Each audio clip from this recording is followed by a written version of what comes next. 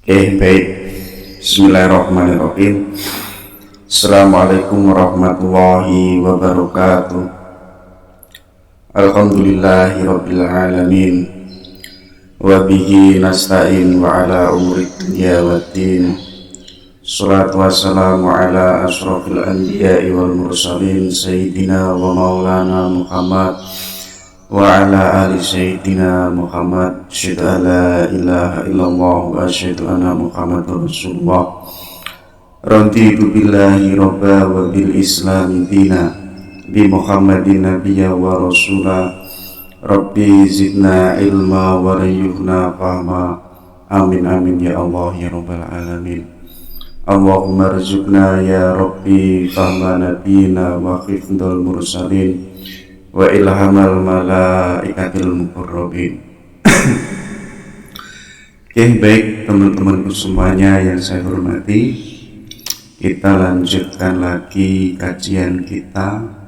Sudah beberapa hari, bahkan 1 minggu lebih, kita tidak membedah lagi suatu pemikiran. Hari ini ayo kita buka lagi pikiran kita maupun hati kita untuk menerima sesuatu yang baru atau pengetahuan-pengetahuan baru yang ada di luar sana. Sebagaimana dawuhnya Sokrates, ya, di level apapun kita, entah kita itu sudah S1 atau S2 bahkan S3, kita harus punya rasa atau punya mental, yaitu apa? Aku belum tahu atau aku belum mengerti. Ini sebagai bekal bahwa biar kita itu semakin atau punya spirit untuk selalu belajar. Berbeda kalau kita itu punya rasa sudah mengetahui atau sudah mengerti. Ini malah menjadikan kita itu sudah cukup atau kita itu sudah mengerti. Itu tanda bahwa kita itu sudah final.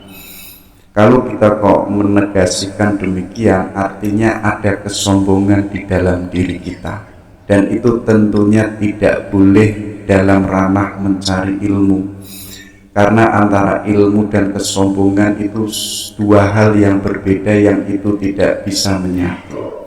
Makanya hari ini kita menambah wawasan, dan terutama ayo kita singkirkan kesombongan atau rasa ingin tahu kita. Jadi di level apapun tadi, kita nggak boleh sudah mengerti, tapi apa? Aku belum paham dan aku belum mengerti. Dari situ kan kita mau belajar secara terus menerus. Makanya di Yunani, tradisi Yunani itu ada istilah bahwa di dunia ini manusia itu kan punya bekal yang luar biasa. Jadi kita agak absurd kalau mengatakan ada manusia bodoh, itu nggak ada. Yang ada itu adalah manusia yang males. Ya, kenapa kok kita itu bodoh?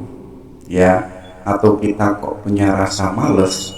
Yuk, ini nanti akan melahirkan kegelisahan-kegelisahan dalam hidup kita.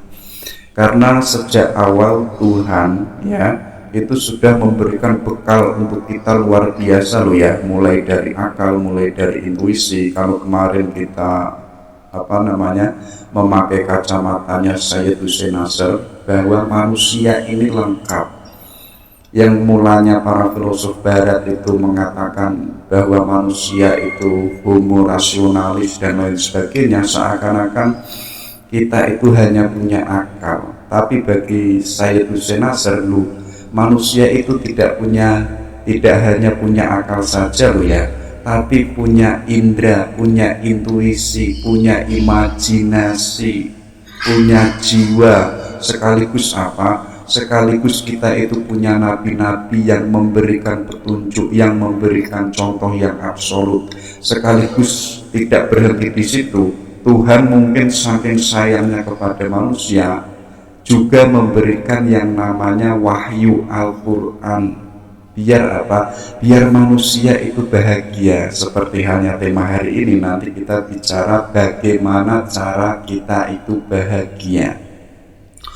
Kayak teman-teman waktu buat story, buat status, itu kan banyak sekali menulis ayo kita bahagia. jangan lupa lo, kita itu harus bahagia lo, kan demikian. Nah, itu ada relevansinya dengan kajian hari ini. Ayo kita bahagia, tapi cara bahagia kita itu harus sesuai dengan porsi dan proporsionalnya. Nanti akan kita bahas masalah itu. Jadi tadi level pertama kita harus punya mental yang itu bahwa diri kita jangan merasa belum paham. Yang kedua apa? Kita harus curiosity and wonder. Maksudnya apa? Rasa ingin tahu kita itu harus besar, dan kita punya rasa takjub pada sesuatu yang di luar diri kita. Alam semesta ini kan luas, ya. Ada peristiwa-peristiwa yang setiap hari mungkin kita lihat, akhirnya kita kan nggak takjub, ya. Tapi coba rasa itu kita tumbuhkan, biar apa-apa yang terjadi di sekitar kita, biar kita itu merasa takjub. Kalau kita kok sudah merasa takjub, akhirnya kan kita ingin mencari tahunya. Kenapa kok demikian? Kenapa kok demikian? Kalau sudah ada rasa ingin tahu demikian, maka kita akan mendapatkan suatu ilmu yang baru. Itu yang kedua. Nah, biar kajian kita ini agak relevan dengan hari ini, nanti puncaknya kita itu akan selalu mendapatkan ilmu-ilmu yang baru. Dan itu menurut Aristoteles, semakin kita itu tambah ilmu, maka diri kita itu akan semakin bahagia. Nah, jadi sebagaimana tema hari ini, yaitu tentang filsafat kebahagiaan, dari salah satu karyanya Abu Nasr Al-Farabi.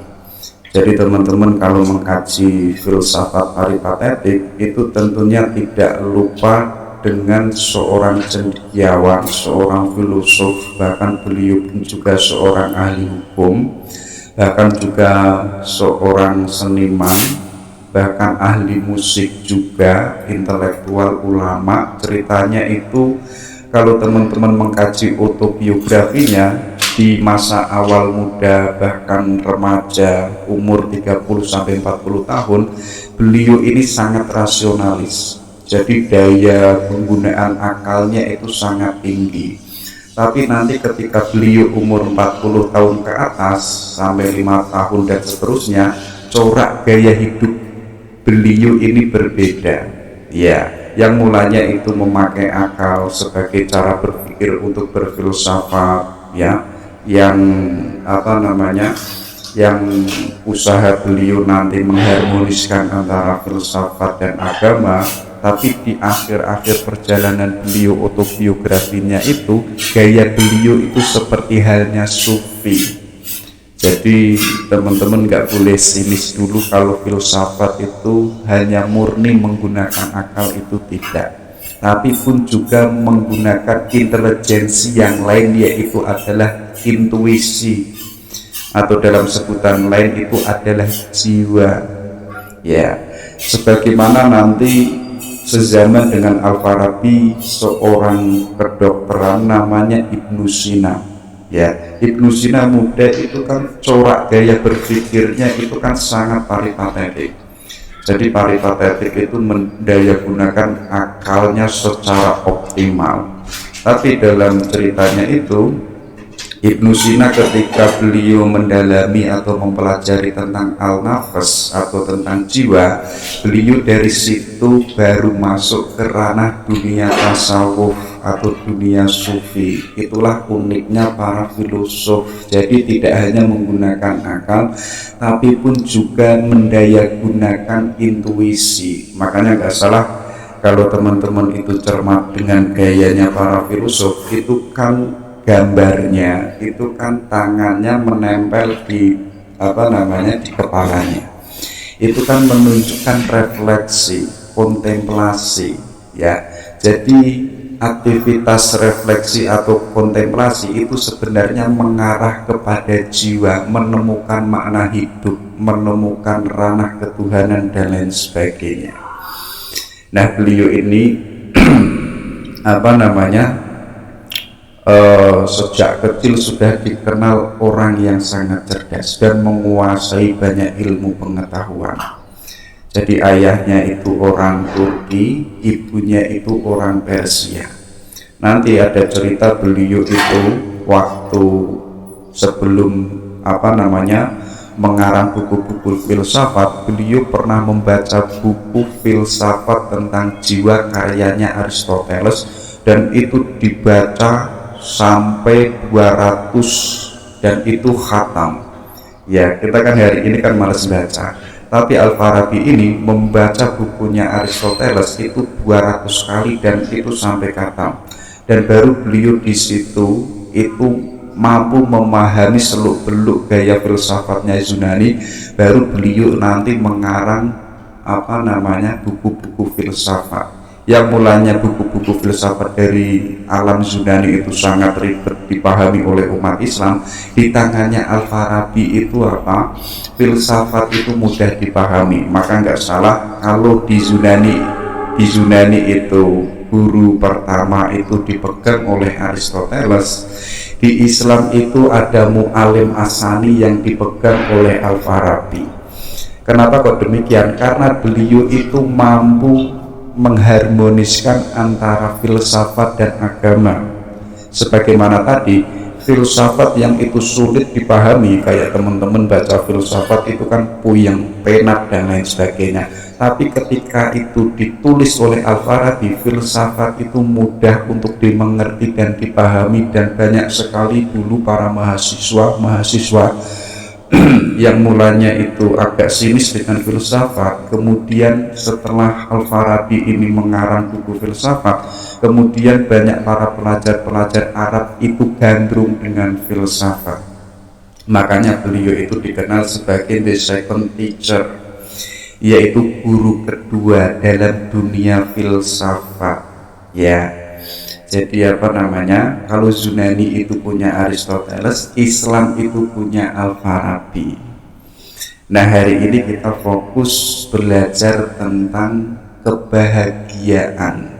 Ya, coba kita lihat apa saja ide-idenya Al-Farabi. Jadi pertama, Al-Farabi itu melihat ada problem kebahagiaan, terutama manusia itu menyamakan kebahagiaan dengan kenikmatan, kepuasan, dan kesenangan. Ya, hari ini kan kita misalkan ditanya apa itu bahagia, bahkan setiap hari kita sering mengatakan ayo bahagia. Misalkan teman-teman saya tanya apa itu bahagia, pasti jawabannya bahagia itu nikmat, bahagia itu adalah seneng-seneng dan lain sebagainya. Tapi kok kita hanya berhenti di seneng-seneng, maka kita nanti akan terjebak dengan gaya hidup hedonisme. Jadi hidup hedonisme itu yang dicari adalah kesenangan, wis pokoknya seneng, yang jalannya itu tidak peduli dengan kehadiran orang lain. Pokoknya kalau saya senang, itulah bahagia. Biasanya orang hedonisme ini, kesenangan itu ketika mendapatkan sesuatu yang ada di luar dirinya. Aku senang kalau saya punya pacar, aku senang kalau saya itu pergi ke tebing dan lain sebagainya. Artinya kesenangannya itu hanya terbatas pada sifat-sifat material. Nah, Al-Farabi itu mencoba meluruskan bahwa kebahagiaan itu tidak sama dengan kenikmatan dan kesenangan. Kenapa kok demikian? Karena kenikmatan itu sifatnya temporer, sifatnya itu berubah-ubah. Coba teman-teman dicek, sehari tidak makan itu rasanya kan menyiksa. Tapi malamnya itu makan lele dengan sambal penyet, ya itu kan nikmatnya luar biasa. Tapi jangan salah loh ya, ketika kita sudah menikmati, merasakan puas setelah kita makan, nanti 30 menit 1 jam kemudian kenikmatan yang sebelumnya kita nikmati dari makan ini, itu kan kenikmatannya kan hilang. Artinya kenikmatan yang kita dapatkan sifatnya itu berubah-ubah atau sifatnya itu temporer, jadi tidak langgeng, tidak absolut. sebagaimana juga kesenangan. Misalkan teman-teman punya pacar hari ini, kok menegasikan saya bahagia kalau saya itu punya pacar. Artinya apa? Kebahagiaannya itu tergantung pada si ceweknya. Nanti kalau ceweknya itu memutuskan ya tidak mau bersamanya lagi dan sudah mendapatkan cowok yang baru, maka yang terjadi si cowoknya ini galau. Karena sejak awal cowoknya ini mengatakan kebahagiaan saya itu terletak ketika saya itu punya cewek. Artinya apa? Kebahagiaannya itu tergantung pada sesuatu yang ada di luar dirinya. Sebagaimana kesenangan, teman-teman misalkan healing di hari weekend, itu kan mencari kesenangan-kesenangan. Tapi ketika sudah mendapatkan itu, nanti kesenangannya itu kan selesai dan itu hilang. Artinya apa? Kesenangan dan kenikmatan itu bukan kebahagiaan, karena sifatnya itu berubah-ubah, tidak absolut dan tidak universal ya. Dan Al-Farabi ini menjelaskan kenikmatan dan kesenangan maupun kepuasan itu bisa mendatangkan kebahagiaan, tapi ketiganya pun juga mungkin bisa mendatangkan kesengsaraan ya. Jadi catatannya, kenikmatan, kesenangan ini mungkin bisa mendatangkan kebahagiaan, tapi jangan salah ya, tapi pun juga bisa mendatangkan kesengsaraan. Contoh kecil, misalkan teman-teman itu berada di kedai kopi, melihat indahnya mata si ceweknya dan melihat anggun wajahnya, itu kan rasanya nikmat ya, rasanya kan itu ada kepuasan. Coba dicek, itu mendatangkan kebahagiaan tidak, ataukah itu nanti ujungnya itu kesengsaraan, itu kan tidak jelas. Atau juga misalkan malam minggu ya, janjian sama ceweknya di hotel, melakukan hubungan intim dan lain sebagainya. Itu kan rasanya nikmat, tapi kenikmatan itu kalau ditabrakkan dengan norma agama atau dihubungkan dengan norma-norma budaya-budaya yang etik, kenikmatan itu kan mendatangkan kesengsaraan. Artinya apa? Hari ini kalau kita asas sandarannya hidup itu mencari kenikmatan dan kepuasan dan kesenangan, yuk kalau kita nanti menemukan kegalauan, kesengsaraan, yuk itu sudah wajar. Karena apa? Karena yang dicari itu bukan kebahagiaan. Berbeda kalau hari ini yang kita cari itu bahagia. Kalau yang kita cari itu bahagia, sifatnya itu absolut, pasti membahagiakan. Saya pernah menemukan literatur itu, orang yang sudah bahagia, hidupnya itu pasti enak, hidupnya itu pasti aman dan sejahtera, tidak ada kegalauan-kegalauan yang itu menjadikan dirinya itu galau ya. Walaupun diputus sama ceweknya, hidupnya itu kalau sudah bahagia, dia akan tetap bahagia, karena kebahagiaannya itu tidak temporer, tidak berubah-ubah, dan tidak tergantung pada sesuatu yang ada di luar dirinya. Jadi pertama, kita harus mampu membedakan, dan kita nggak boleh tertipu ya. Kita nggak boleh punya persepsi kenikmatan itu kebahagiaan, itu enggak ya. Kesenangan pun juga kebahagiaan itu enggak, karena kebahagiaan itu level puncak yang sifatnya itu absolut dan universal. Hari ini kita bahagia, besok kita bahagia, dan seterusnya kita bahagia. Tapi kok kenikmatan dan kepuasan itu kan sebagaimana teman-teman kuliah ya, sudah berjuang menyelesaikan tugas akhir, kemudian sidang, kemudian wisuda, itu kan ada rasa kepuasan. Tapi setelah wisuda ini kan masih ada kegalauan-kegalauan yang itu berlevel-level, kegalauan tidak menikah, kegalauan belum punya pekerjaan dan lain sebagainya. Artinya apa? Tadi bahwa sifatnya itu temporer dan berubah-ubah karena ada di luar diri kita.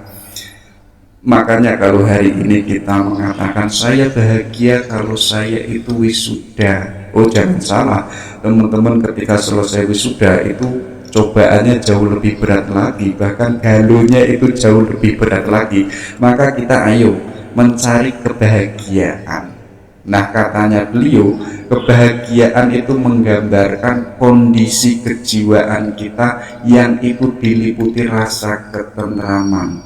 Jadi ketentraman itu apa? Perpaduan antara rasa aman, damai, dan tenang. Kalau teman-teman itu bahagia, hidupnya itu rasanya itu aman, hidupnya itu damai, tenang, ya. Coba teman-teman bayangkan di dalam tradisi Jawa itu, ya, orangnya mungkin sederhana-sederhana, bahkan ekonominya itu menengah ke bawah, tapi punya rasa aman, punya rasa damai, punya rasa tenang. Itulah kebahagiaan. Teman-teman hari ini misalkan kok sudah punya jabatan, punya karir yang cemerlang, punya uang yang banyak, tapi kok hidupnya tidak tenang, ya, artinya si teman-teman ini belum bahagia. Tapi di level apapun dan di manapun, kok kita sudah punya rasa aman, damai, dan tenang, ya disitulah kita merasakan kebahagiaan, dan itu adalah kondisi kejiwaan kita.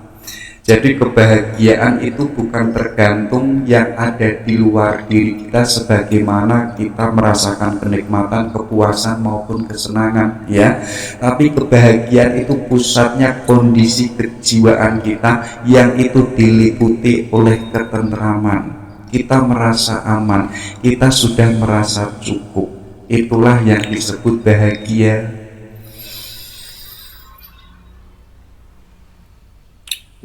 Makanya dari situ Al-Farabi lebih lanjut punya kitab namanya Tahsil As-Sa'adah. Coba dicek ya teman-teman. Jadi kebahagiaan itu absolute good, yaitu apa? Kebaikan yang absolut atau kebaikan puncak. Coba dicek. Di sekeliling kita itu kan ada kebaikan, bahkan diri kita ini kan sudah punya kebaikan, dan kita punya pilihan mana kebaikan-kebaikan yang itu pas dengan porsi hidup kita. Kalau kita sudah menyadari itu, coba kita cari lagi mana kebaikan yang itu paling absolut, ya. Contoh kecil hari ini kan kita sering mendengar, ayo kita tinggalkan kesenangan sementara untuk menggapai kebahagiaan yang selamanya. Nah, coba kita cek atau coba kita koreksi yang seperti itu. Kebahagiaan yang selamanya itu apa? Pasti sumbernya itu adalah dari absolute good, ya. Kayak teman-teman waktu malam-malam itu sudah berusaha belajar membaca buku demi untuk meraih kebahagiaan yang hakiki, di mana teman-teman itu meninggalkan kesenangan-kesenangan sementara seperti sibuk memegang HP dan lain sebagainya. Kalau kita bisa demikian, kita bisa menemukan kebahagiaan atau kebaikan yang itu paling baik di antara kebaikan-kebaikan yang ada. Megang HP itu baik kalau porsinya itu pas, kalau waktunya itu pas. Tapi kok kita megang HP, waktunya tidak terjangkau, dan itu menghabiskan waktu kita, dan itu meninggalkan waktu belajar kita, akhirnya kebaikan saat memegang HP itu tidak menjadi baik. Nah, di antara kebaikan-kebaikan itu, coba kita cari mana yang paling baik. Kalau kita sudah menemukan mana yang paling baik, ayo kita berjalan sebagaimana kebaikan yang paling puncak itu. Nah, dari situlah kita nanti akan menemukan kebahagiaan. Nah, menurut Al-Farabi, jangan salah loh ya, kebahagiaan itu adalah tujuan hidup manusia loh ya. Jadi hari ini kita diciptakan Tuhan, sebenarnya kita itu untuk bahagia. Entah kita hari ini sadar atau tidak, sebenarnya kita itu apa? Diciptakan, tujuan puncaknya itu adalah biar kita itu bahagia. Makanya kalau teman-teman hari ini merasa galau, merasa stres dan lain sebagainya, itu sama saja kita itu mengecewakan Tuhan. Karena sejak awal Tuhan menciptakan manusia biar manusia itu bahagia. Jadi tidak ada niat buruk dari Tuhan untuk menciptakan manusia agar manusia tersesat, agar manusia galuh, itu tidak ada. Yang ada biar manusianya itu bahagia. Tidak hanya manusia yang beragama Islam saja, melainkan semua manusia itu punya kapasitas yang sama, punya tujuan yang itu diinginkan oleh Tuhan, yaitu ayo bahagia. Nah, bahagia ini adalah tujuannya hidup manusia. Makanya nggak salah teman-teman, di storynya itu ayo kita bahagia, itu secara tidak langsung sudah mengindahkan tujuannya Tuhan dalam penciptaan manusia, ya.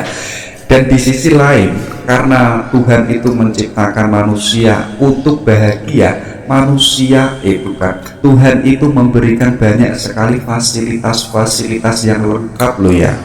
Bahkan Tuhan menciptakan alam semesta ini itu sebenarnya agar manusia itu mampu menggali kebaikan-kebaikan, agar manusia ini pun juga mampu bahagia. Dan tidak hanya fasilitas itu, Tuhan pun memberikan potensi-potensi yang itu dimiliki oleh manusia. Sebagaimana yang di awal tadi, kita kan manusia yang lengkap. Kita punya fakultas-fakultas atau fasilitas-fasilitas yang itu harus kita daya gunakan.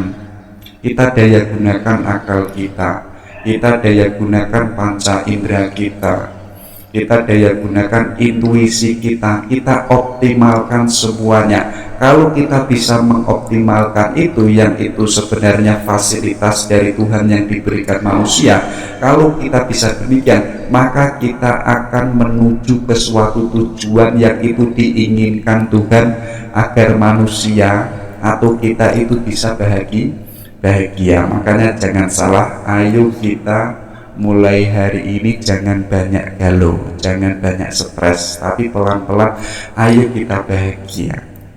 Walaupun diputus ceweknya, tetap kita bahagia. Walaupun teman-teman gak wisuda, ayo tetap bahagia. Karena bahagia itu yang menciptakan diri kita. Karena kita sudah dibekali oleh Tuhan agar kita itu mudah bahagia.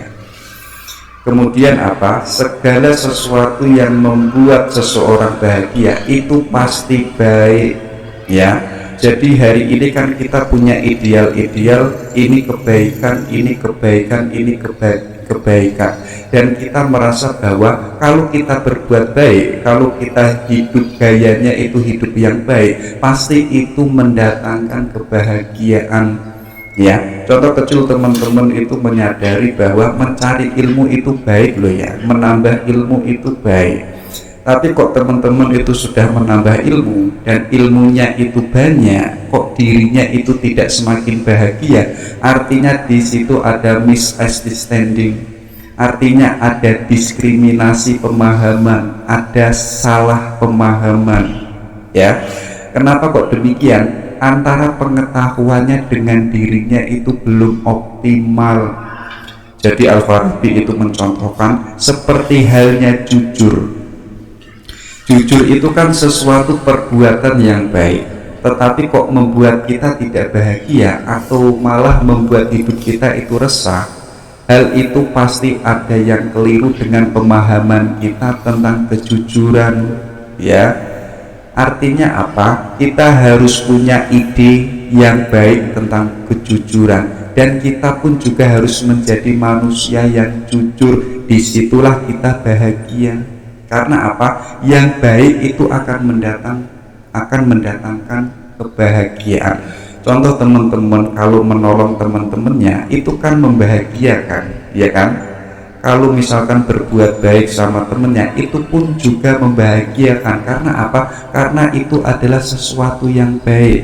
Tapi kok saat teman-teman itu menolong teman yang lainnya, kok menjadikan teman-teman itu malah tidak bahagia? Artinya ada misunderstanding, artinya ada mispemahaman.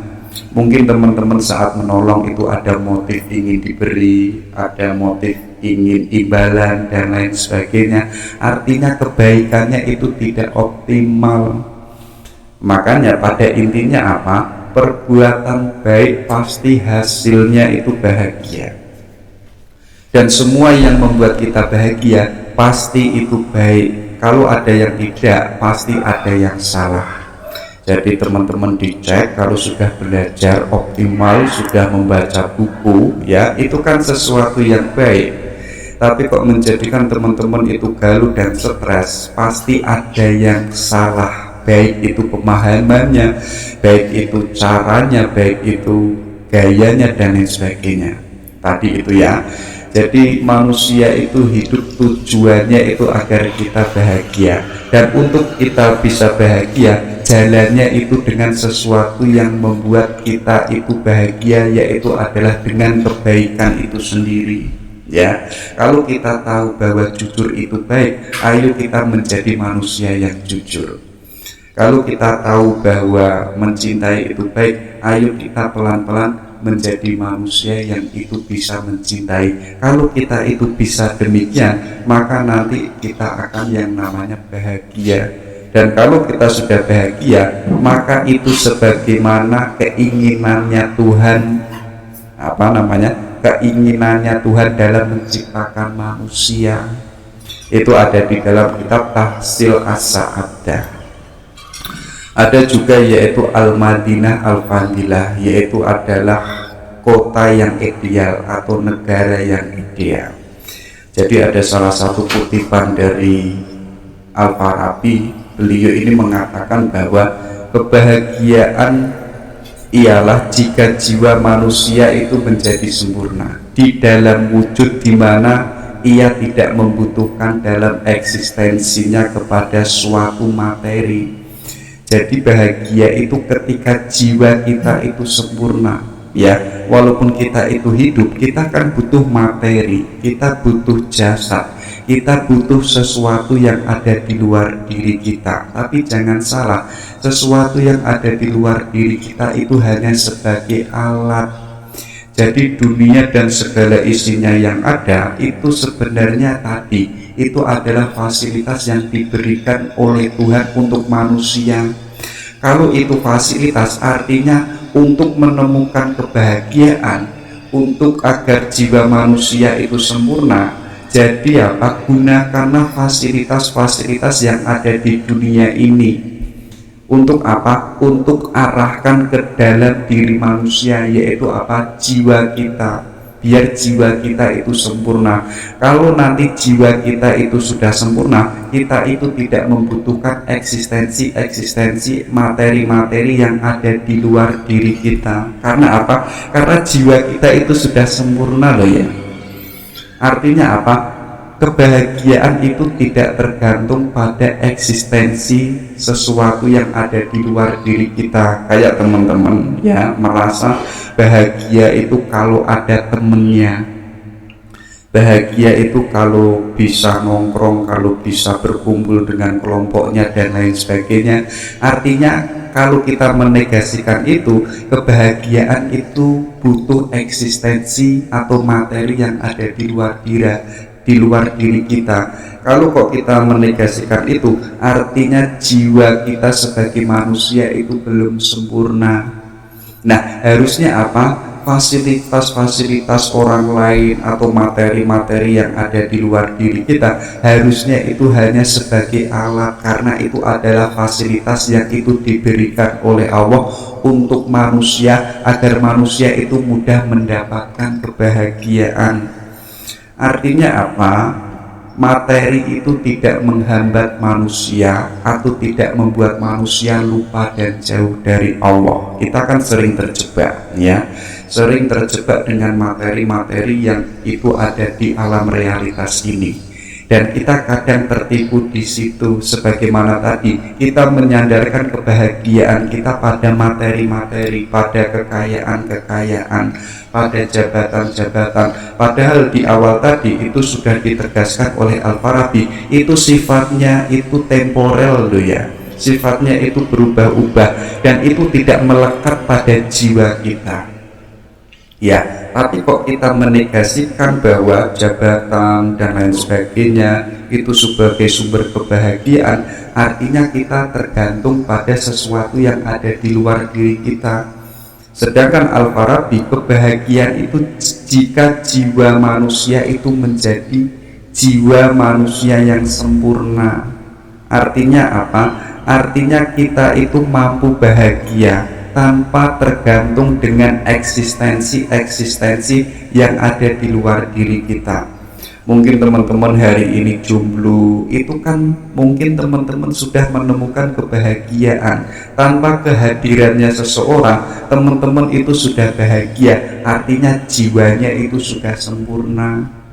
Nah, di Al-Farabi ini mengklasifikasi kebahagiaan yang ada di dunia dan kebahagiaan yang ada di akhirat, ya. Kalau kebahagiaan yang ada di dunia, jadi materi ini itu hanya sebagai alat, tidak sebagai penghambat. Artinya apa? Ayo gunakan materi-materi realitas yang ada di alam semesta ini, kita gunakan untuk mengarah ke Allah. Jadi kalau kita terkalahkan dengan materi, dengan kekayaan, dengan perempuan dan lain sebagainya, kok kita lupa dan kok kita semakin jauh dari Allah, ya artinya kita itu tidak bahagia. Akhirnya kita terjebak pada materi-materi yang ada. Sedangkan kebahagiaan yang sempurna nanti di akhirat, ya, itu adalah jiwa manusia itu telah benar-benar sempurna, karena telah terbebas dari alam materi. Yang ada itu hanya fokus ke Allah semata, ya. Jadi alam akhirat itu kan nggak ada jasad, nggak ada materi, nggak ada ngopi dan lain sebagainya. Artinya di sana di akhirat nanti tidak ada sesuatu yang itu kita gantungi, nggak ada sesuatu yang kita kita andalkan. Satu-satunya yang kita andalkan itu hanya Allah, ya. Jadi kebahagiaan akhirat itu apa? Jiwa manusia itu telah sempurna, terbebas dari materi-materi yang ada, sebagaimana saat kita itu hidup di dunia. Tapi kok kita hidup di dunia, kita kok butuh eksistensi yang lain, kita butuh materi-materi yang lain, yo kita tidak bisa bahagia, atau jiwa kita itu belum sempurna. Harusnya apa? Materi-materi itu hanya sebagai alat dan sekaligus tidak menghambat kita untuk apa? Untuk beribadah kepada Tuhan. Nah, itu yang kedua. Ini loh yang paling penting. Kenapa kok kita tadi diciptakan oleh Tuhan itu agar bisa bahagia? Karena manusia itu lengkap, ya. Di dalam diri manusia itu ada daya jiwa. Jangan salah loh ya. Jadi kita itu tidak hanya memakai akal saja, tapi di dalam diri kita itu ada jiwa. Jadi yang pertama itu ada daya gerak. Jadi seperti halnya teman-teman itu makan, ya, gerak memelihara sesuatu dan gerak untuk berkembang, itu adalah sebenarnya gerak daya jiwa yang ada di dalam diri kita. Oh, kalau lapar itu makan. Oh, kalau jomblo itu ya harus mencari cewek, itu adalah daya gerak.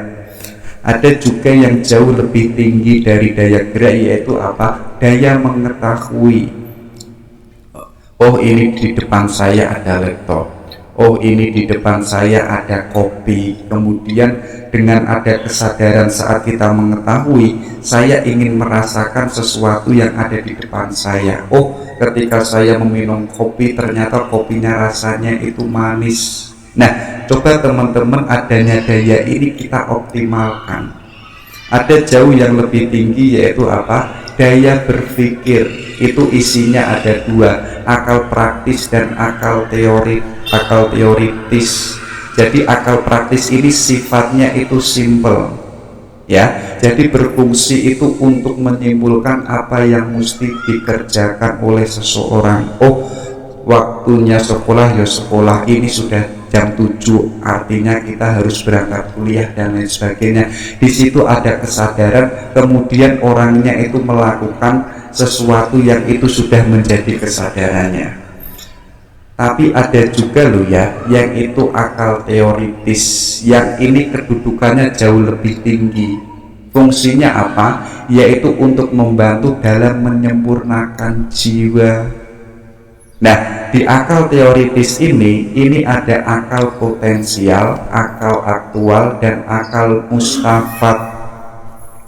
Jadi akal potensial itu akal yang sifatnya itu fisik material, yang itu bisa ditangkap melalui panca indera. Jadi teman-teman itu kan punya mata, punya telinga, punya mulut, punya tangan.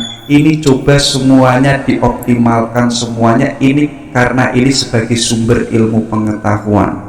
Ya, teman-teman melihat di depannya itu ada tembok, coba dirasakan. Oh, temboknya itu rasanya dingin, rasanya itu panas. Ini adalah akal potensial. Kalau di kajian lain, akal potensial itu sebenarnya sudah ada di dalam diri kita. Nanti ketika kita menemukan sesuatu yang ada di alam realitas ini, baru kita menyadari, oh ini kuda, oh ini lautan, oh ini burung. Tapi sebenarnya akal potensial ini sudah ada sejak kita itu diciptakan oleh Tuhan. Yang kedua apa? Akal aktual. Jadi mulanya akal yang itu sifatnya potensial, ayo kita aktualkan, ayo kita keluarkan semuanya, karena manusia di dalam dirinya itu ada kebaikan-kebaikan yang sifatnya itu potensial. Ya, kalau kita sudah mengaktualkan itu, ayo kita usahakan itu menjadi habit, menjadi kebiasaan. Ya, yang mulanya itu hanya mengetahui jujur, yang sifatnya itu hanya teoritis, ayo kita aktualkan, lama-lama kita usahakan biar diri kita itu menjadi manusia yang habit, yang jujur. Nah, dibalik itu akal aktual ini mampu menangkap makna-makna dan konsep-konsep. Oh, makna hidup saya apa ya? Konsep hidup saya apa ya, dan lain sebagainya. Ini bisa ditangkap dengan akal aktual. Yang ketiga ini yang paling puncak menurut Al-Farabi apa? Yaitu akal mustafat. Ini akal yang bisa berhubungan dengan, yaitu bisa berhubungan dengan Tuhan. Ya, jadi apa? Pengetahuan yang sumbernya itu dari Tuhan, seperti laduni, makrifat, alatnya dengan intuisi. Jadi teman-teman kok jiwanya itu semakin bersih dan suci, maka nanti apa? Cahayanya Tuhan itu akan masuk ke dalam jiwa manusia. Jalannya dengan apa? Jalannya dengan refleksi maupun tafakur, tazkiyatun nafas. Ayo kita berusaha membeningkan jiwa kita. Kalau jiwa kita itu sudah bening, maka cahaya Tuhan itu bisa memantul pada jiwa kita. Seperti di Al-Ghazali itu loh, bahwa jiwa kita itu gambarannya seperti kaca. Kalau kok kaca kita ini bening ya, dan kaca kita ini kok sudah bersih, maka nanti kita akan terpantulkan cahayanya Tuhan yang itu bisa ditangkap oleh jiwa kita, karena jiwa kita itu sudah bersih. Nah, kalau cahaya Tuhan itu sudah masuk ke dalam jiwa kita, maka kita akan menemukan dan mendapatkan sumber ilmu pengetahuan yang sumbernya itu dari Allah langsung. Kalau akal potensial tadi sumber pengetahuannya itu didapatkan dari alam realitas atau alam material, tapi akal mustafat ini pengetahuan yang sumbernya itu hakiki langsung dari Tuhan. Ya, jadi pengetahuannya itu sudah tidak terbantahkan lagi. Makanya di situ kan ada istilah seperti ilmu laduni, tapi jangan salah loh ya, kita kan hari ini mengharapkan ilmu laduni. Ya, tidak mau belajar, tapi yang diharapkan itu ilmu laduni. Itu kan konyol. Bahkan beberapa referensi saya menemukan di salah satu kitabnya Al-Ghazali itu, ilmu laduni itu hanya dapat didapatkan oleh seseorang ketika jiwanya itu bersih dan orangnya itu mau belajar. Jadi teman-teman hari ini kok males dan mengharapkan ilmu laduni, ya sampai kapanpun jangan mengharap datangnya ilmu laduni, karena ilmu laduni itu didapatkan bukan untuk orang yang males-males, tapi orang yang selalu mengoptimalkan dan selalu senantiasa belajar. Efeknya apa? Efeknya jiwanya itu suci, jiwanya itu bersih. Kalau tadi jiwanya itu kok sudah bersih, maka limpahan-limpahan pengetahuan dari Allah itu akan didapatkan oleh orang itu. Nah, dengan adanya daya jiwa ini, ada gerak, ada mengetahui, ada berpikir, nah kita optimalkan semuanya, karena ini adalah fasilitas yang diberikan oleh Tuhan, yang itu secara tidak langsung dimiliki oleh manusia. Jadi setiap manusia itu punya daya jiwa, dan kalau kita bisa mengoptimalkan itu sebagai sarana agar kita itu mudah bahagia. Jadi kok hari ini kok kita malas berpikir, kita malas mengetahui, kita malas mendayagunakan akal potensial kita, dan kita malas mendayagunakan akal mustafat kita, yuk kita sulit bahagia. Nah, untuk agar kita itu bahagia, coba kita gunakan semuanya, biar kita sebagaimana yang diinginkan oleh Tuhan, agar bisa menjadi manusia yang bahagia. Nah, kalau tadi sifatnya itu mengarah ke dalam individual atau setiap manusia, sekarang Al-Farabi itu membahas kebahagiaan yang sifatnya itu sosial. Jadi ada istilah yaitu al-istima al-fadil, yang kedua al-madinah al-fadilah, yang terakhir ada al-ma'murah al-fadilah. Jadi ada masyarakat, kota, dan negara. Nah, untuk agar bisa menciptakan kebahagiaan yang itu tidak hanya dirasakan satu orang saja, maka antara masyarakat, kota, dan negara ini harus bekerja sama, karena mereka itu punya bagian-bagian masing-masing. Masyarakat punya bagian A misalkan, yang negara punya bagian tersendiri, yang negara pun juga punya bagian sendiri. Ketiganya ini harus bekerja sama untuk mengupayakan kebahagiaan sosial. Makanya Al-Farabi ini menegaskan kalau masyarakatnya itu tidak bisa bahagia, ya secara tidak langsung kotanya itu pun juga tidak bisa bahagia. Maka apa? Ayo kita bahagia bersama biar negaranya bahagia, kotanya bahagia, dan masyarakatnya itu pun juga bahagia.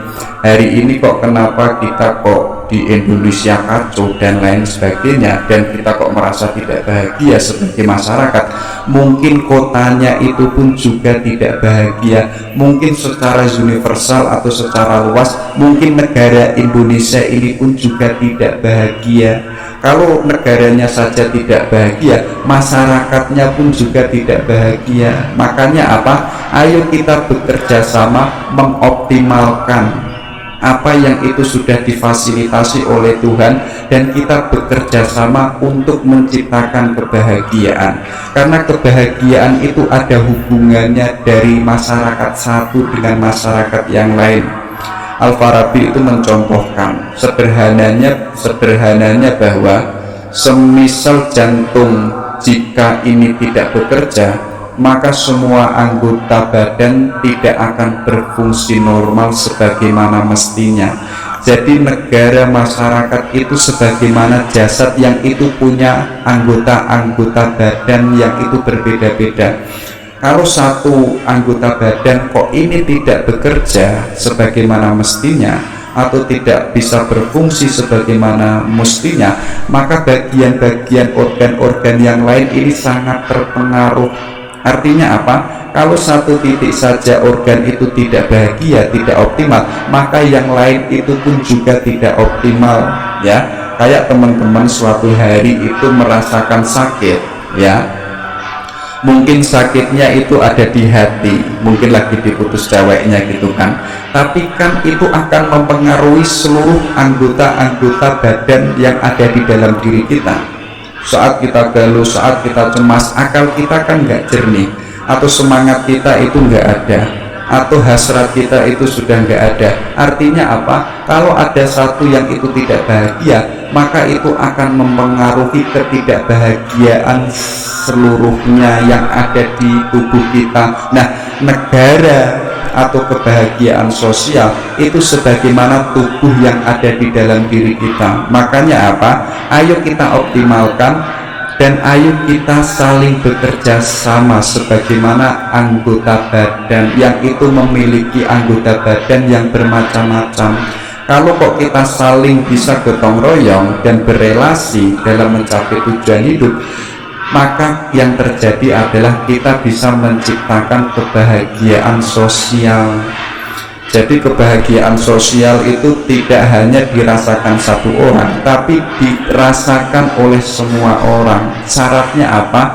Syaratnya harus bekerja sama. Kalau ada titik yang itu tidak optimal atau ada titik yang itu tidak bahagia, ayo kita selesaikan dulu ya. Kalau nanti yang satu ini tidak bahagia, maka pengaruhnya ini akan luar biasa gitu ya. Jadi kita optimalkan secara keseluruhan, baik itu masyarakat, kota, dan negara. Kalau itu sudah optimal semua, maka tercipta yang namanya kebahagiaan sosial. Ini loh, Al-Farabi mengklasifikasi kebahagiaan sosial yang ada di suatu negara. Jadi yang pertama itu ada Madinah Al-Fadilah. Jadi ini negara yang diideal-idealkan oleh Al-Farabi. Kenapa kok demikian? Karena masyarakat Madinah Al-Fadilah ini adalah masyarakatnya itu pasti bahagia. Kenapa kok demikian? Karena yang memimpin itu para nabi dan dilanjutkan oleh para filosof. Kenapa kok para nabi? Karena nabi itu tadi yang mampu berhubungan dengan akal faal, yang mampu berhubungan dengan dengan wilayah ketuhanan. Jadi hikmahnya sumbernya itu dari Tuhan, pengetahuannya itu sumbernya itu adalah dari Tuhan, dan itu dimiliki oleh nabi. Dan tidak hanya itu, nabi dibalik mengetahui atau punya dapat ilmu pengetahuan yang sumbernya dari Tuhan, nabi itu mampu memberikan pengetahuan hikmah-hikmahnya kepada masyarakat. Itulah yang mampu mengantarkan masyarakat yang itu pada masyarakat yang bahagia. Nah, bagi Al-Farabi, yang mampu menggantikan nabi ini adalah para filosof. Dia yang mampu mengejar hikmah, yang sekaligus mendapatkan hikmah, sekaligus orangnya ini, filosofnya ini mampu memberikan hikmah kepada masyarakat yang lain. Jadi seluruh negaranya itu mampu mendapatkan hikmah dan negaranya itu bahagia. Tapi ada yaitu Al-Madinah Al-Jahilah. Ini adalah masyarakatnya itu tidak mengenal bahagia. Karena apa? Karena masyarakatnya itu bodoh, nggak mau belajar.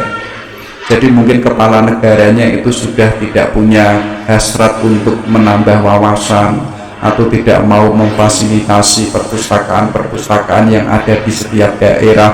Akhirnya yang terjadi masyarakatnya itu jahil, masyarakatnya itu bodoh. Sedangkan di awal tadi sumber kebahagiaan itu adalah dengan ilmu pengetahuan.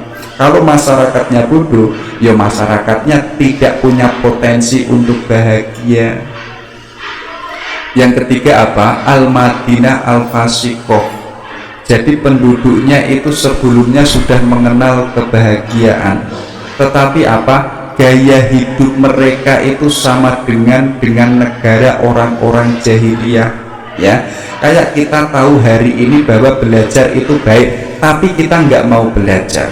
Kita tahu bahwa kuliah itu baik ya. Kemudian apa? Membaca buku itu baik, tapi kita tidak ada usaha, tidak ada yang namanya niatan untuk berangkat kuliah, untuk membaca buku. Akhirnya kita menjadi penduduk atau masyarakat yang itu fasik. Kita tahu kebenaran tapi kita mengingkari adanya kebenaran itu. Kalau kita demikian, akhirnya kita tidak bisa menjadi masyarakat yang bahagia. Yang keempat apa? Al-Madinah Al-Mutabaddilah, yaitu mulanya masyarakatnya awalnya itu punya pikiran dan pendapat seperti yang dimiliki oleh negara utama atau negara ideal, tetapi mengalami kerusakan ya. Mungkin gara-gara ada penjajah, mungkin ada kerusakan, mungkin ada deportasi dan lain sebagainya. Mulanya masyarakatnya itu sudah bahagia, Tapi karena ada gangguan dari luar maupun dari dalam, akhirnya masyarakatnya itu mengalami berbagai kerusakan. Akhirnya masyarakatnya yang mulanya bahagia sekarang sudah tidak bahagia lagi. Yang terakhir ini yaitu apa? Al-Madinah Ad-Dolalah. Jadi masyarakatnya itu sudah tidak punya potensi untuk bisa bahagia. Karena apa? Negaranya, masyarakatnya itu sudah sesat. Gara-gara siapa? Gara-gara pemimpinnya yang itu menganggap dirinya itu mendapat wahyu, mendapat risalah dari langit. Dengan pemimpinnya ini merasa dia mendapatkan wahyu dari langit, kemudian itu untuk menipu masyarakatnya. Akhirnya masyarakatnya pun juga ikut tersesat karena mengikuti pemimpin yang sejak awal itu sudah tersesat. Itulah yang disebut Al-Madinah Al-Dolalah. Jadi kita macam negaranya hari ini seperti apa dan kita bagian masyarakat yang seperti apa, ayo kita mencoba ke level yang jauh lebih tinggi, yaitu Madinah Al-Fadilah, yaitu masyarakat yang itu merasakan kebahagiaan sosial. Syaratnya apa? Syaratnya yang memimpin itu nabi, atau yang memimpin itu adalah para filosof. Tapi kalau kita diaktualisasikan hari ini kan nggak mungkin ya, karena pemimpin hari ini kalau targetnya nggak kekuasaan atau targetnya itu tidak uang dan tidak power, yo apa namanya, ya tidak mampu membahagiakan masyarakatnya. Harusnya apa? Harusnya dia punya gaya seorang nabi dan gaya seorang filosof agar mampu menciptakan sosial masyarakat yang bahagia. Nah, itulah yang diharapkan oleh Al-Farabi, termasuk nanti pun juga Ibnu Miskawih. Ada juga yaitu apa? Pengetahuan dan kebahagiaan. Jadi menurut Al-Farabi bahwa kebahagiaan itu ketika jiwa itu merasa puas dan tuntas. Hari ini kok kita tidak merasa puas dan sekaligus tidak merasa tuntas, walaupun kita itu punya banyak harta, mungkin punya banyak perempuan, punya banyak rumah, banyak mobil, tapi kok jiwa kita tidak merasa puas dan tuntas, itu artinya kita tidak bahagia. Kenapa kok demikian? Bahagia ketika jiwa kita itu puas dan tuntas. Maksudnya apa? Kita itu sudah tidak butuh apa-apa lagi yang ada di luar diri kita. Kita sudah tidak melirik sesuatu yang ada di luar diri kita. Hari ini teman-teman kok sudah merasa wow, sudah punya jabatan yang tinggi, tapi kok masih melirik sesuatu yang ada di luar dirinya, artinya dirinya itu belum puas sekaligus belum tuntas. Kalau belum puas dan tuntas, artinya dirinya itu belum bahagia. Walaupun teman-teman itu punya jabatan yang tinggi, mungkin DPR, mungkin menteri, kok masih melirik yang lain, artinya dirinya belum bahagia. Kenapa kok demikian? Bahagia ketika jiwa kita tadi, ketika jiwa kita itu optimal, ketika jiwa kita itu sempurna. Artinya apa? Kita sudah selesai dengan diri kita dan kita tidak membutuhkan sesuatu yang ada di luar diri kita. Kita tidak butuh eksistensi orang lain. Kita sudah menciptakan kebahagiaan kita, ya.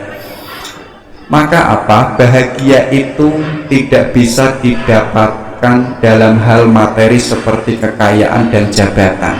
Jadi kok teman-teman hari ini tujuan akhirnya kok mencari kekayaan dan jabatan dan merasa ketika nanti mendapatkan itu nanti akan bahagia. Tapi jangan salah loh ya, sebagaimana tadi problem kebahagiaan itu sifatnya temporer, itu sifatnya adalah sesuatu yang melekat di dalam diri kita. Itu seperti halnya baju. Jadi kekayaan, jabatan, kemudian sesuatu yang kita miliki yang itu dari sesuatu yang ada di luar diri kita, itu hakikatnya seperti halnya baju. Baju itu kalau tidak rusak pasti hilang. Sebagaimana kekayaan dan jabatan itu tidak melekat pada jiwa kita. Maka apa? Ayo kita cari sesuatu yang itu ciri khasnya manusia, yang itu melekat pada manusia, yaitu apa? Yaitu pengetahuan. Makanya apa? Kebahagiaan itu tergantung pada kesempurnaan jiwa, dan kesempurnaan jiwa itu tergantung adanya pengetahuan. Jadi sumbernya kebahagiaan itu adalah pengetahuan. Kenapa kok demikian? Karena pengetahuan itu adalah cirinya manusia, dan pengetahuan ini adalah satu-satunya yang mampu melekat pada jiwa manusia. Jadi seperti halnya tadi kekayaan barang dan lain sebagainya, itu tidak bisa melekat pada jiwa manusia karena sifatnya itu ada di luar manusia. Tapi yang namanya pengetahuan ini adalah sesuatu yang itu mampu menyempurnakan jiwa kita, sekaligus apa? Sesuatu yang itu mampu melekat pada manusia. Makanya apa? Al-Farabi itu mengatakan, semakin bertambahnya pengetahuan, maka semakin bertambah kesempurnaan jiwa dan semakin bertambah bahagia. Jadi teman-teman, semakin pengetahuannya itu tambah, maka jiwanya itu semakin sempurna. Jangan salah loh ya. Karena apa? Karena pengetahuan ini sesuatu yang sifatnya tadi absolute good, yaitu apa? Kebahagiaan puncak. Maka apa? Hari ini harus kita menyadari bahwa kebahagiaan puncak itu adalah pengetahuan. Makanya ayo kita sering-sering menambah ilmu, ayo kita sering-sering menambah wawasan dalam rangka apa? Dalam rangka biar jiwa kita itu sempurna. Kalau jiwa kita itu sudah sempurna, maka kita akan semakin bahagia. Itulah kuncinya Al-Farabi antara pengetahuan dan kebahagiaan. Jadi satu-satunya jalan untuk agar manusia itu bahagia, itu jalannya bukan sesuatu yang ada di luar diri kita seperti kekayaan, jabatan, perempuan, itu tidak. Tapi apa? Sumbernya itu ilmu pengetahuan. Ya, kalau ilmu pengetahuan kita itu kok semakin hari semakin banyak, maka jiwa kita itu akan semakin sempurna. Disitulah lahir yang namanya manusia yang bahagia. Itu ya. Nah ini loh problemnya, ya kan? Manusia itu kan tadi tujuannya agar hidupnya itu bahagia, tapi manusia itu punya kehendak dan punya kemauan. Kita mau nggak menjadi manusia yang bahagia? Kita punya kemampuan nggak untuk bisa menjadi bahagia? Itu ditegaskan oleh Al-Farabi. Beliau mengatakan bahwa semua orang itu dapat memahami apa itu kebahagiaan dan mampu memiliki semua prasyarat yang itu diperlukan untuk mencapai kebahagiaan. Hari ini kan kita paham kebahagiaan itu demikian dan lain sebagainya, dan kita itu memiliki prasyarat semuanya untuk mencapai kebahagiaan itu. Tapi pertanyaannya, kita mau mengoptimalkan itu atau tidak? Makanya hanya saja tidak semua orang itu mau mendayagunakan potensi yang telah dimilikinya. Kalau kok kita tadi dibekali oleh Tuhan berbagai potensi dan fasilitas yang ada di alam semesta ini, kok kita tidak mau mendayagunakan potensi itu sekaligus fasilitas yang diberikan oleh Tuhan, artinya yuk kita tidak bisa bahagia, ya. Artinya secara tidak langsung kita itu mengkhianati Tuhan atau mengecewakan Tuhan. Tuhan itu sudah mengasihi Quran, sudah mengasihi Nabi, sudah mengasihi alam semesta sebagai fasilitas biar kita itu bisa hidup yang enak dan kita dibekali akal, intuisi dan lain sebagainya. Kok kita tidak mampu mengupayakan itu, bahkan kita tidak mau mendayagunakan itu, ya akhirnya kita tidak bahagia. Dan kalau kita tidak bahagia, artinya kita telah mengecewakan Tuhan. Nanti, tapi kok kita mampu mendayagunakan itu, ya, maka apa? Tidak semua yang telah mendayagunakan potensinya otomatis mencapai kebahagiaan, karena kadang kebahagiaan bukan tujuan akhir. kita sadar kita sudah diberi potensi oleh Tuhan untuk agar kita sudah bahagia, dan kita punya kemauan dan kehendak untuk mendayagunakan potensi itu. Tapi tapi tujuan akhir kita itu tidak bahagia. Tujuan akhir kita itu mungkin terjebak pada kesenangan, ya.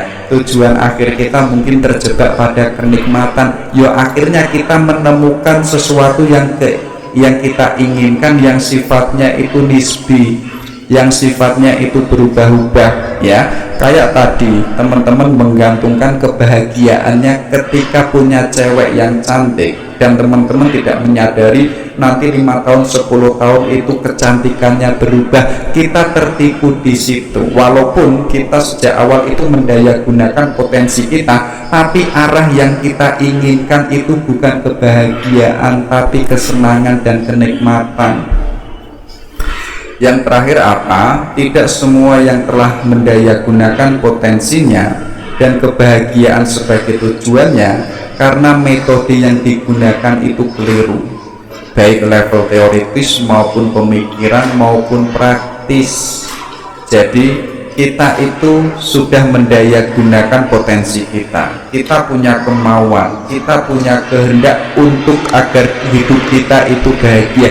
Hanya saja cara atau metode kita itu ada yang salah, teori kita itu belum optimal, pemikiran kita itu belum selesai, bahkan praktis kita itu belum optimal. Mungkin absurdnya lagi kita hanya mengetahui kebenaran secara pemikiran, secara ide-ide, tapi tidak sampai ke wilayah praktis. Sedangkan kalau kita mengikuti di awal tadi, kebahagiaan itu habit yang ada di dalam diri kita. Kalau teman-teman tahu teori bahwa adil itu membahagiakan, ayo kita menjadi manusia yang adil. Untuk bisa menjadi manusia yang adil ayo kita praksiskan teori yang itu sudah kita pahami. Syaratnya metode kita itu harus benar, pengetahuan kita itu harus benar, praksis kita itu harus benar. Tapi kok metode kita itu kok sejak awal sudah salah, dan kita punya kehendak dan kemauan untuk bisa bahagia, kita tidak akan menemukan kebahagiaan. Karena sejak awal metodenya itu sudah salah. Kalau kita metodenya itu sudah benar, pengetahuannya sudah baik, pemikirannya sudah baik, ayo kita aktualisasikan, ayo kita biasakan dalam kehidupan sehari-hari. Biar biar pengetahuannya itu tidak hanya wacana, tapi pengetahuannya itu biar menjadi aktualisasi dalam kehidupan sehari-hari. Nanti kalau kita sudah demikian, itu efeknya adalah untuk kesempurnaan jiwa kita. Makanya sebagaimana tadi, semakin orang tambah ilmu, jiwanya itu semakin sempurna. Kalau jiwanya itu semakin sempurna, maka hidupnya itu akan bahagia. Jalannya Jalannya dengan metode yang benar, teori yang benar, pemikiran yang benar, praksis aktualisasi yang benar. Kalau sudah demikian, maka manusia akan menemukan kebahagiaan. Nah, ini simpel. Jadi Al-Farabi itu mencoba mengajari kita bahwa kebajikan itu seperti menulis loh ya. Jadi menulis itu kan seni. Semakin teman-teman itu menulis, maka hasilnya itu semakin baik dan indah, ya. Kenapa hari ini kok tulisan kita itu kayak ceker ayam mungkin ya? Karena Karena kita itu tidak punya hasrat kemauan untuk selalu belajar menulis. Tapi kok kita tiap hari melatih diri kita, setiap pagi mungkin kita kok untuk belajar selalu melatih untuk menulis, ya. Nanti lama-lama tulisan kita itu akan bagus, walaupun di awal tulisan kita itu jelek, nggak ada soal. Tapi kok kita semakin hari mau menulis dan menulis terus, maka hasilnya itu akan semakin baik dan semakin indah. Sebagaimana dengan kebaikan itu sendiri. Kebaikan semakin kita latih, semakin kita biasakan, maka kebaikan ini akan semakin indah, ya. Jadi apa? Itu sebagaimana seni melukis, ya. Hari ini mungkin kita biasa-biasa saja berbuat baik, tapi kok kita setiap hari kok berbuat baik, maka hasilnya itu akan tampak indah, akan semakin baik.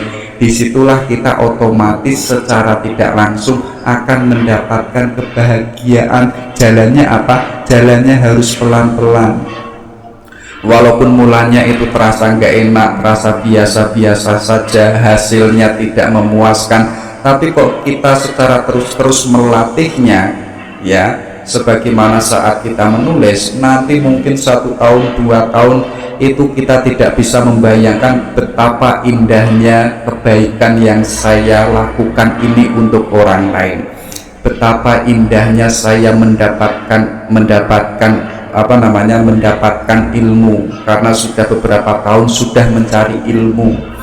Betapa nikmatnya sholat tahajud karena sudah berusaha untuk sholat tahajud. Jadi sebagaimana menulis, semakin dilatih maka tulisannya itu akan semakin indah. Sama halnya dengan kebajikan.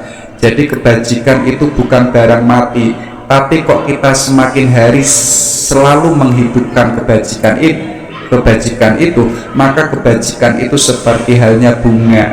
Dia akan tampak wangi, akan tampak indah, dan akan selalu tampak indah dan semakin indah. Tuh ya.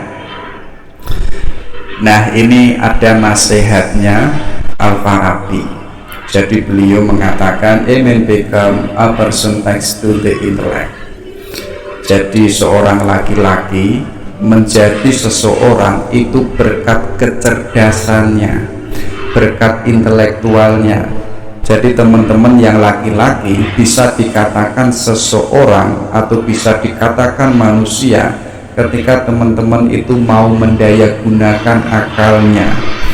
Kalau teman-teman itu mau berusaha untuk menambah ilmu, menambah wawasan, tapi kok teman-teman merasa sebagai laki-laki kok tidak mau menambah wawasan, kok tidak mau mendayagunakan akalnya, ya teman-teman yang laki-laki tidak bisa dikatakan sebagai manusia, ya. Karena apa? Laki-laki yang bisa dikatakan manusia ketika dia itu cerdas, ketika dia itu banyak wawasan, banyak ilmu, haus dengan ilmu pengetahuan. Disitulah kita layak disebut sebagai manusia. Ada juga yaitu I country founded in love, continuous with justice. Jadi negara yang itu dibangun dengan cinta, selanjutnya itu adalah keadilan. Jadi coba cek teman-teman, negara Indonesia dulu itu dibangun dengan cinta atau tidak, atau dibangun dengan diskriminasi atau kezaliman dan lain sebagainya. Tapi kok suatu negara ini dibangun dengan rasa cinta, dengan penuh kasih sayang, maka nanti selanjutnya itu adalah keadilan sosial, keadilan untuk masyarakat, keadilan untuk negara. Karena apa? Karena sejak awal itu dibangun dengan cinta. Berbeda kalau sejak awal suatu negara itu dibangun dengan tidak adanya cinta, pasti yang terjadi itu apa? Yang terjadi pasti konflik, yang terjadi pasti peperangan, dan itu sulit untuk melahirkan masyarakat yang bahagia. Nah, untuk bisa negara ini bisa bahagia, syaratnya apa? Harus dibangun dengan cinta. Dengan cinta ini akan melahirkan keadilan. Dengan keadilan ini yang sifatnya universal, maka efeknya nanti adalah masyarakat yang bahagia. Itu nasihatnya Al-Farabi. Yang terakhir, lihatlah seluruh ciptaan, terutama adalah umat manusia, dengan kehendak yang baik, menerima, mengakui, memaafkan, melayani, dan mencintai. Jadikanlah hal itu sebagai watakmu dalam berhubungan dengan dunia. Jadi saat kita itu melihat seluruh ciptaannya Tuhan, terutama itu adalah manusia, ayo kita punya kehendak yang itu kehendak baik kepada manusia. Dimanapun kita pun juga harus mau menerima kehadiran orang lain, entah itu orang yang kita kenal, entah itu orang asing, dan kita mengakui identitas mereka, kemanusiaan mereka, dan kita mampu membuka hati kita untuk mudah memaafkan, dan coba kita berusaha untuk bisa melayaninya. Yang terakhir, apa yang berat ini, kita mencintainya. Tidak hanya mencintai warga negaranya saja, atau kotanya saja, atau orang yang dicintainya saja, tapi apa seluruh umat manusia. Karena katanya Al-Farabi, semuanya itu adalah ciptaannya Allah, maka kita harus melayaninya, mencintainya, menerima kehadiran mereka. Tegasnya Al-Farabi apa? Jadikanlah hal itu watak kita dalam berhubungan dengan dunia. Kalau kok kita bisa demikian, nanti tadi efeknya itu ada pada jiwa kita. Jiwa kita itu tersucikan mungkin ya, atau jiwa kita itu tambah sempurna karena kita mampu berkehendak baik, kita mampu memanusiakan manusia, kita mampu memaafkan tanpa mereka itu meminta maaf, dan kita melayaninya seoptimal mungkin, dan kita mampu mencintai semua manusia. Kalau kita bisa demikian itu, jiwa kita itu akan sempurna. Disitulah kita akan menjadi manusia yang bahagia. Dan ketika kita sudah pada level kebahagiaan itu, artinya hidup kita itu sudah sesuai apa yang diinginkan oleh Tuhan. Yaitu apa? Tuhan menciptakan manusia untuk agar manusia ini bahagia. Itu ya.